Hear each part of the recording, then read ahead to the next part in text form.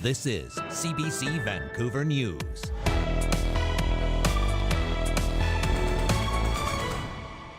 This event was a pivotal point in my life because it was a shock. Tonight on CBC Vancouver News, 25 years after a deadly racist attack in Surrey, the aftermath and the impacts captured on film. Also, a battle of burial plots. The cemeteries not spared during the real estate crunch. And waking a giant, what the latest research says about the risk of a volcanic eruption around a BC mountain. Good evening, I'm Zahra Premji. Thanks for joining us. Dan is away tonight. Well, it's a TikTok challenge gone wrong, and a Courtney couple says they've had enough. And a warning, this video may be disturbing for some to watch.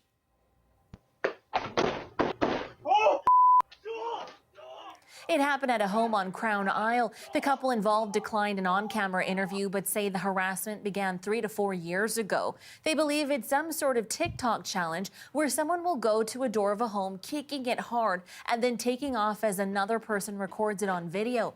This time, the couple placed a string of fishing line across the front door, tripping up the young person doing the kicking before the homeowner races out and tackles the suspect. Residents say their concerns about the door kicking haven't been taken seriously by police. Well, I thought that was one heck of a tackle, but I can't blame the homeowners one bit for going out and trying to put a stop to this. CBC contacted RCMP about potential charges, but has yet to hear back.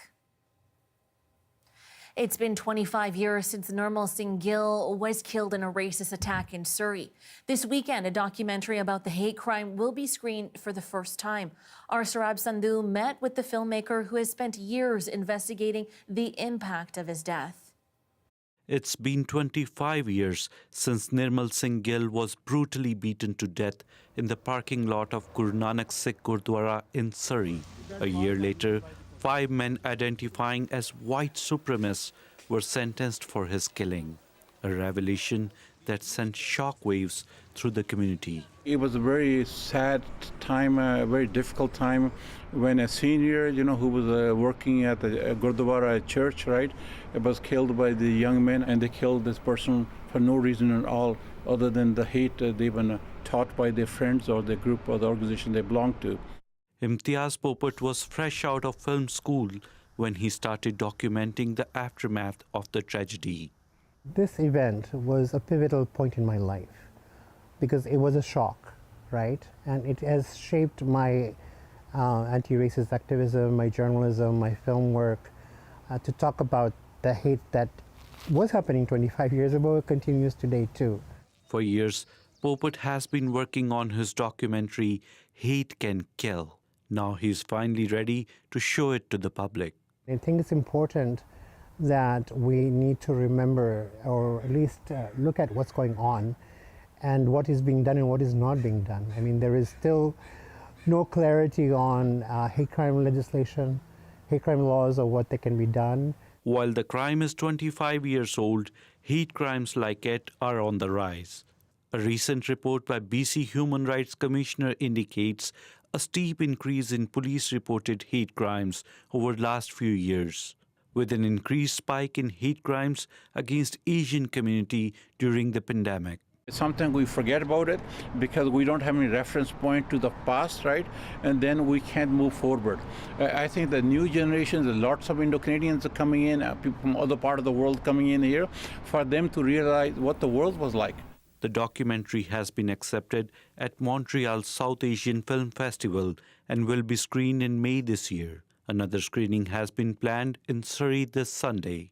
Surab Sandhu, CBC News, Surrey. A widow's battle to resell burial space is underscoring Metro Vancouver's real estate crunch tonight. Sheila Carnahan's late husband bought 2 plots at a Burnaby cemetery in the 90s for $1,500. The value now stands at $20,000. When Carnahan's husband died 2 years ago, the spaces weren't used and the family wanted to sell them privately. A lawsuit filed in BC Supreme Court says the cemetery wants the plots back for the original price. Carnahan's claim is for the present-day value of her plots. The cemetery has not responded to the lawsuit. Well, Mount Garibaldi has been dormant for years, but new research shows the volcano could still be a threat. An article published in the Canadian Journal of Earth Sciences examined the potential hazard around Garibaldi.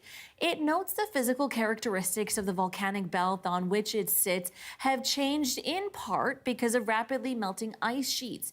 The study says Mount Garibaldi poses the greatest threat to the people and infrastructure between Vancouver and Whistler. But one of the study's authors clarifies an eruption is unlikely in our lifetime and our children's lifetime. Part of our purpose for writing this paper was just to remind people we do have volcanoes here. We do have volcanism. It's not just floods, earthquakes, forest fires. Don't forget, we actually live in a very volcanically active region.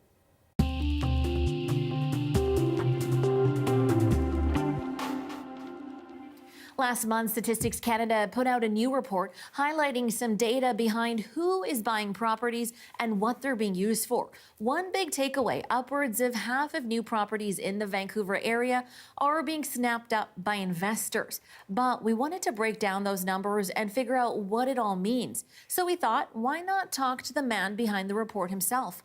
Arlene Young took her questions to the source. Okay, there are a few stories that Vancouverites like more than a snow day here because it rarely happens. And talking about housing. Housing affordability, obviously a huge issue out here. And today I've got Josh Gordon with me. He's a senior analyst with Statistics Canada. I dragged him out from behind the desk because he has done some really interesting research. And we're standing here on the west side of Vancouver, close to Queen Elizabeth Park, in this neighborhood that has essentially completely changed in the last 5-ish years, I'd say. And it was just packed with new condos. You know, there's the screens to my left, and there's new builds being developed as we speak, essentially. And so, Josh, I want to ask you, when you look around a neighborhood like this, thinking about the research that you've done, what do you see? So what we did was we looked at the share of investment properties for new condominiums. What we found was that around half of all new condominiums in Vancouver were investment properties. This is the first time we were hearing these numbers, so this is a bit of a first. And 50%, I don't think I necessarily expected it, but I haven't seen the data before, and I'm guessing you haven't either. What were some of the other highlights that you found from your data? Around 13% of single detached properties were investment properties, which is higher than other cities. In Toronto, it's about 10% or 9%. I thought it was really interesting just because some of the studies that were referenced, I clicked a little deeper and basically found like a number of these researchers had said that the higher your number of investors, often like the higher your housing prices tend to go up, which I thought. Some people have found that. Again, we stayed away from making causal claims. That was not the nature of the project for us. But others, researchers and others in the public debate will be able to use those data to make those types of analyses. You're not supposed to give comment on it? No, oh, sorry. I'm joking. Josh has all these rules that he can't talk about because he's with Stats Can. They are just about the numbers, not here to give you analysis. Or opinions. Maybe some analysis, no opinion. But Josh, this is a unit that you wanted to bring my attention to. Yes. This is a laneway home. There is a higher rate of these types of properties in Vancouver for sure. And so this, in our data, would be considered a property with multiple residential units. In many cases, you'll have the owner who lives in the main unit and then rents out potentially. And so in that circumstance, we would call this an owner-occupied investment property, just to get at this idea that it's not fully an investment property as we typically think of it. And so in Vancouver, around 15% of properties are this owner-occupied investment property type, which is higher than most other metropolitan areas. Right, so obviously affordability, a huge concern for all of us here in BC. What has the data told you about where incomes are versus the cost of housing? Because there's been some research into that from StatsCan too. And in Vancouver, you have a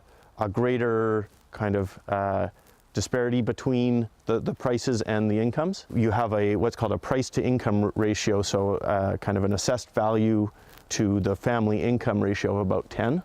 And in most other cities, it's it's lower than that. So in Toronto, it's around 6, and then in Halifax, it's around 3. Different.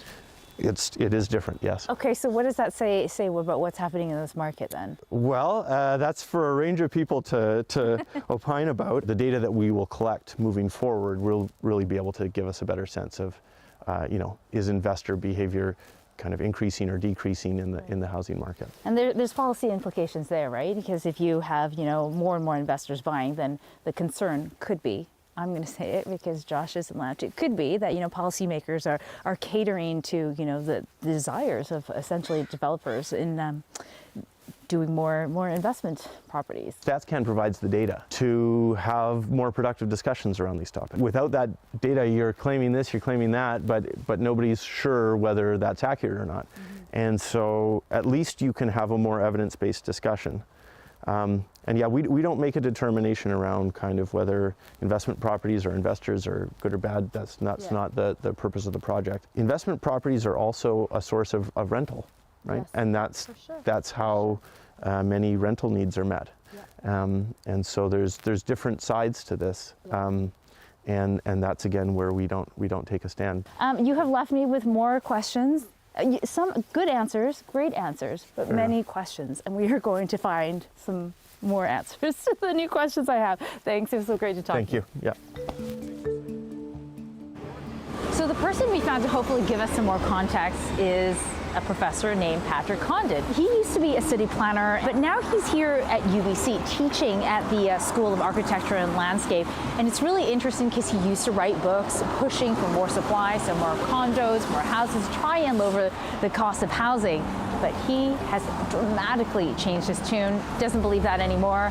I want to know why, and I want to know what he thinks about this new data. So let's keep talking.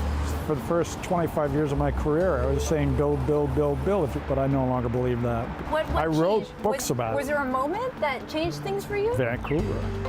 Just looking at this and seeing all the efforts that we've made here in the city. No other city in North America has come even close to doing the same thing that we have done, and it hasn't produced affordability. Okay, but we keep seeing, all these new houses. I would say, if anything, more condos being built. There's so many of them. So is that not supposed to help? If adding supply would have helped us, then we should have the cheapest housing in the world almost, because no other center city has done anything even remotely close in terms of supply. Adding supply is nice for many reasons. It makes the city better. It makes it function better, and people have nice places to live. That's great. Do it for that reason, but don't tell me it's going to make things more affordable. So what about purpose-built rental? We hear that term a lot. No, yeah. Unfortunately, I'm really a skeptic even on purpose-built rental. Vancouver, for example, City of Vancouver has led the region by an enormous amount in the production of purpose-built rental. And the theory was that by doing that, you'd get people to move out of existing rentals into the new rentals, and that would free up the previous rentals. It makes common sense. It should make rents cheaper, There should be downward pressure on rent. But what has happened is when people have moved out of those cheaper apartments, those apartments have just rented for the same price as the new expensive one. And along this corridor here that we're sitting on, the price of a one-bedroom now is over $2,000, commonly $2,500 for a one-bedroom, which is way beyond the capacity of the average wage earner in this city to afford. We just talked to Josh Gordon over at StatsCan, and he had some really interesting numbers, but I was hoping to get some context from you. What did you make of all of it? Particularly the idea that when we're talking about condos, we're looking at nearly more than 40% of it is investors. How does that change the market when that happens? This information that he put out basically is just another aspect of the much larger phenomenon, which is that wealth globally, not just here in Vancouver, is flowing towards people who already have wealth. Say you have a home in Dunbar, suddenly it's worth $2 million, you're able to leverage a lot more money from the bank. The way it is now is they basically have two classes. One is people who have assets, and those who don't. Those are the two classes, and the people who have assets, and I'm not talking about rich people, I'm talking about normal people, particularly people in my generation, who ended up with boomers again. Yeah, boomers again. I know. I'm sorry about that. end up with $4 million that really don't know what to do with it, and they can leverage that money and buy yet another condo and yet another condo, and they might put the kids in it, but they might not. They consider it an investment. And as that money moves to people who have money, it makes it harder and harder for people, particularly your age, who don't have all that equity built up, to get in and play the game. So you never get your chance to build equity. Okay, all right, lots to chew on there. Thank you so much for chatting with us today, Patrick. Yeah, I'm sure that's enough. That was great, thank you. The CBC's Leanne Young. Now, one of the province's largest youth sports tournaments drew to a close earlier this afternoon with a couple of close championship games. The annual Junior All-Native Tournament sees teams from First Nations across the province tipping off to try and bring home the crown. This year's event was hosted by the Snuyemuk First Nation and featured players from more than 100 First Nations playing around Nanaimo. The tournament is often a feel-good event that sees generations of First Nations finding solidarity and healing through the sport. Throughout the years, there's more teams, and kids are bigger now. Kids are bigger, they're more athletic. When I was in junior native ball, there was maybe one guy, I think, remember, that could dunk it, and now you see lots of guys. You can't stress enough that it does take a community to raise a child.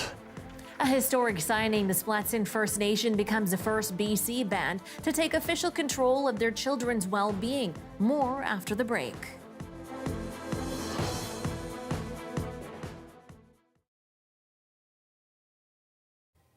Thanks for sticking with us during our commercial-free live stream.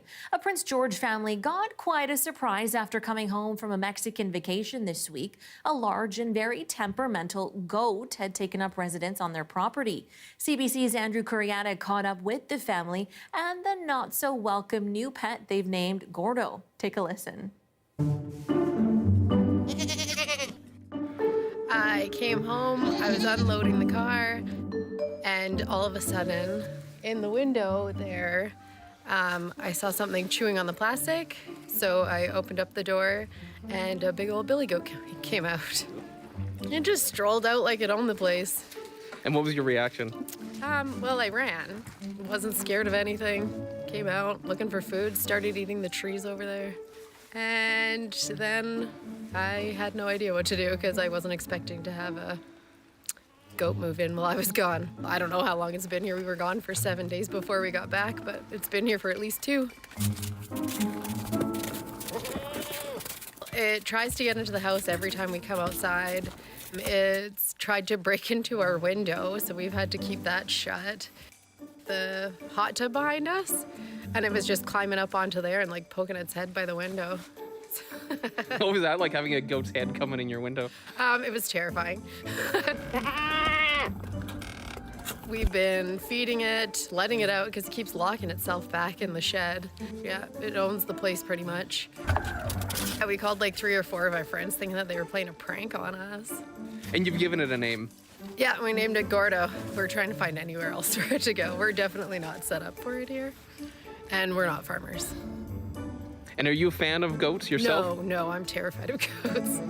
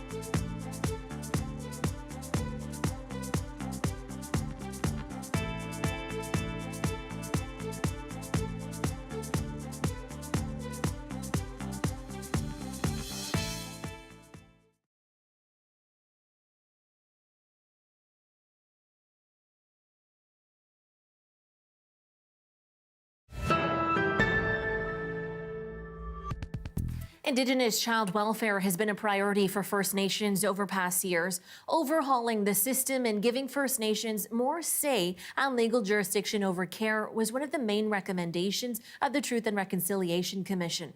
As Tom Popick explains, the Splatsin First Nation has become the first BC band to take control of their children's well-being. Signed by the Splatsin First Nation and federal and provincial ministers and witnessed by generations of band members, this coordination agreement gives the community legal control over a range of child and family services.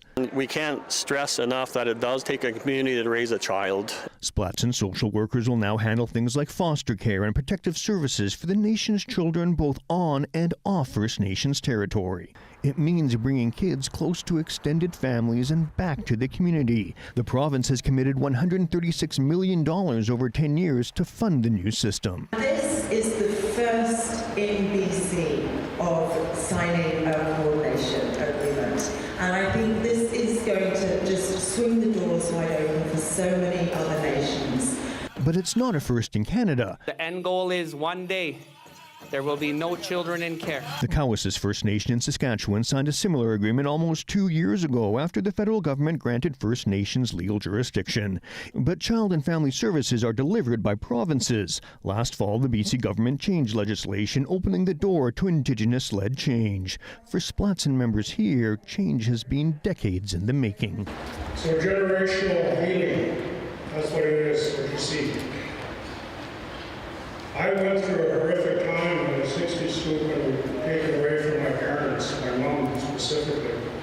I went through a lot of things. Former Cookpee Wayne Christian started the Splatsin's long journey, passing a bylaw 40 years ago to build and fund some child and family services, determined to right the wrongs of residential schools and the 60s scoop that tore children away from their families.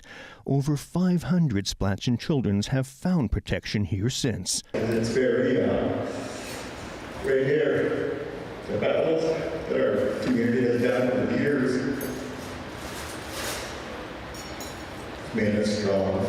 The hope now that change will heal the trauma of past generations and protect generations to come. Tom Popick, CBC News, Enderby. What a beauty out there. Well, at least earlier today. This was a rainbow over the Port of Vancouver earlier this evening. Now, Johanna will have your full forecast coming up next.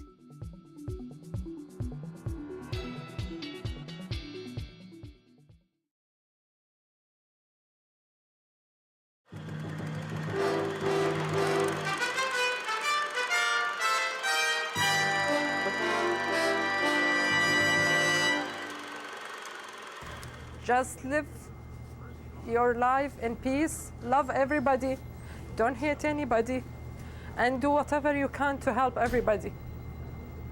This is what I'm telling my son, and just hope and pray. And nothing deserves anything apart from loving each other and live in peace. What's happening is not peace. By killing Iraqi innocent is not peace. It's very possible that Iraq, as we know it in its present configuration and frontiers, may not exist a year or 2 years down the road, despite the assurances of the US administration. And to these people, having to lose a country, the country of their origin, that's very devastating. So you can appreciate the kind of turmoil that they experience and live in. Yes, sir? For the Tahas, it's the mental anguish of fearing not only for their own family, but for the next generation of Iraqis. What do you think about a kid who's a year old when the war, the Gulf War happened, and he's now a teenager and it's gonna happen again? What do you think he's gonna be in the future? Because nobody cares about the Iraqi people for a long time ago. Why is now? And by killing them, they're not doing them any good. The people of Iraq is more to solve this problem than United States. And if the Iraqi people don't like Saddam Hussein, they are the one to remove him. But United States think the Iraqi people will throw flowers on them when they enter Iraq. I don't think so. Even the Iraqi people who dislike Saddam Hussein, they will go against USA because it is the national pride of the people. That sentiment is echoed throughout the Arab world, according to Hani Faris. To many in the Arab world and the Islamic world and in the third world, this is looked at as American imperialism, the formation of an empire, and an attack on Arab and Islamic society. In contrast to his feelings about the United States, Zahra Taha says he's proud of Jean Chrétien and the stand Canada has taken on Iraq. I respect it so much. It is so good of Canada to do so.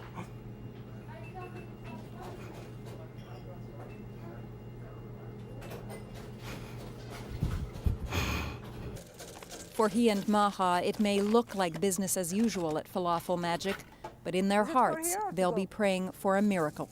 I'm sorry I'm not with them, just to hug them. I'm sorry. Claire McIntyre, CBC News, Vancouver. Hi, I'm Amy Bell, and here's what's in your CBC Vancouver inbox. On April 11th, join CBC Vancouver's Johanna Wagstaffe at the Alumni UBC webinar with Dr. Simard and her work on the Mother Tree Project. The focus is to connect First Nations, forestry companies, government, and academics to create resilient forests and stewards of the land. Register at alumni.ubc.ca. And on April 15th, join CBC at the Vancouver Vaisakhi Festival, a Sikh celebration of the coming of a new year. The weather update is brought to you by Direct Buy Furnace, installing the most reliable heating and cooling brand. It's hard to stop a train.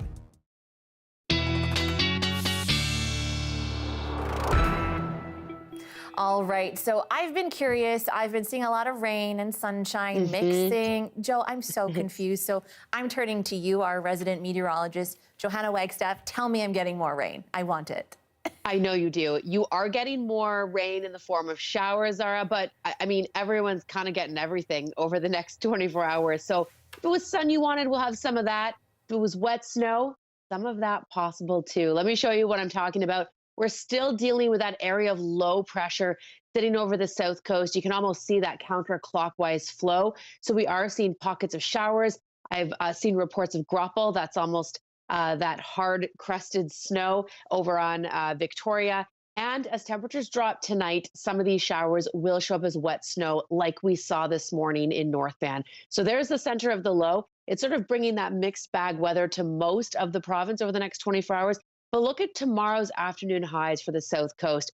A lot cooler than where we were at a couple days ago, just hitting 6, 7s, 8s across the south coast and waking up to temperatures around 1 or 2 degrees. And that means sort of north of the upper levels, likely to see that wet snow tomorrow morning. But look how low that purple line gets tomorrow morning. Here's Saturday early morning, and you can see North Coquitlam, Maple Ridge, and out towards the valley, a shot of snow tomorrow morning before things clear out. Not out of the question. We're certainly seeing the cool side of March. So here's that low sinking south. We'll get some flurries for the interior as well. That coastal low you can see, I think misses us for Sunday, just a slight risk of a shower. And then we clear right back out for next week. So a mixed bag for everyone, although Prince Rupert, you're getting the sunshine, that system already clear of you by the time we hit tomorrow. And we'll see that sun back for Sunday, just a slight risk of a stray shower in Metro Vancouver. But check out that forecast for next week, Zahra. You'll be wondering where the rain is. 14 on Tuesday and sunny. It's the other side of March by the time we hit April. Yep, that lines up. All right, fine. I guess there's no rain there for me that is carrying through, Joe, but I'll accept it. You'll have to enjoy it tomorrow. Thank you. You're welcome. And that's your late news for this Friday. Soak in those rays and cool off in that rain for the weekend. Now, before you let that head hit the pillow, take one last scroll through cbc.ca/BC, and I'll be back here with you at 10:30 tomorrow night. Have a good one.